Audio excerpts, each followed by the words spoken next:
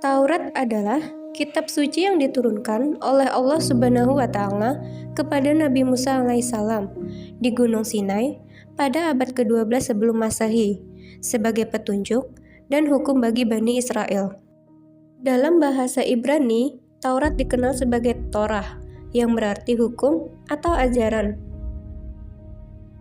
Taurat berisi ajaran, perintah, dan larangan Allah, serta kisah-kisah umat terdahulu yang dapat dijadikan pelajaran.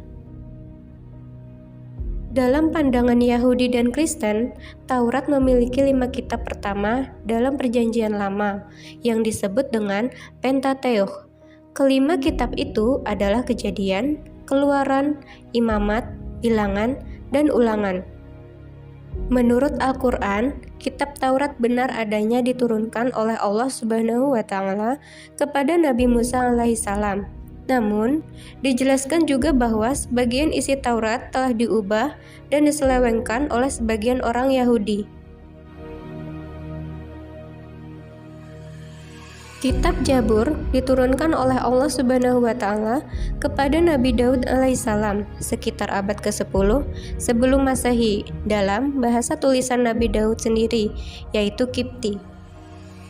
Kitab ini turun di wilayah Palestina atau Yerusalem saat beliau menjadi raja Bani Israel. Pokok ajaran dari kitab Jabur berisi tentang zikir, nasihat, dan hikmah tanpa memuat hukum-hukum syariat. Menurut orang-orang Yahudi dan Nasrani, kitab Jabur sekarang terdapat dalam kitab Perjanjian Lama atau Mazmur dan terdiri dari 150 pasal.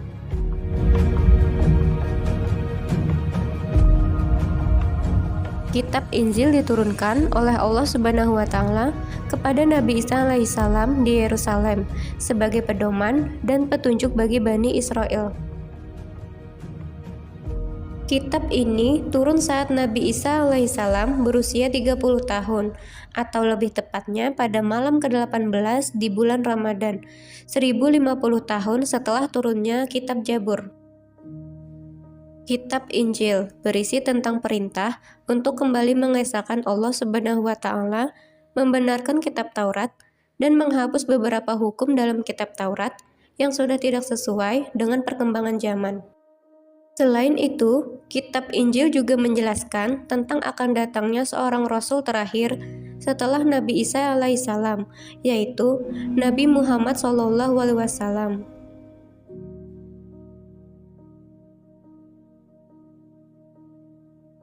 Al-Quran diturunkan pada malam 17 Ramadan tahun 610 Masehi di Gua Hira, Mekah, saat Nabi Muhammad SAW berusia 40 tahun, dengan wahyu pertama surat Al-Alaq ayat 1-5.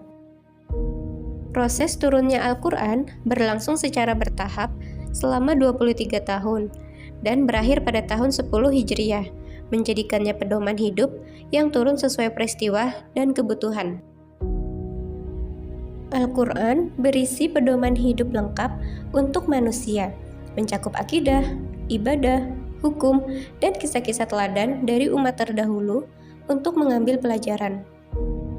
Selain itu, Al-Quran juga mengandung ajaran tentang penciptaan alam semesta, petunjuk ilmiah, dan gambaran masa depan, yaitu tentang surga dan neraka sebagai petunjuk untuk mencapai kebahagiaan baik di dunia maupun di akhirat.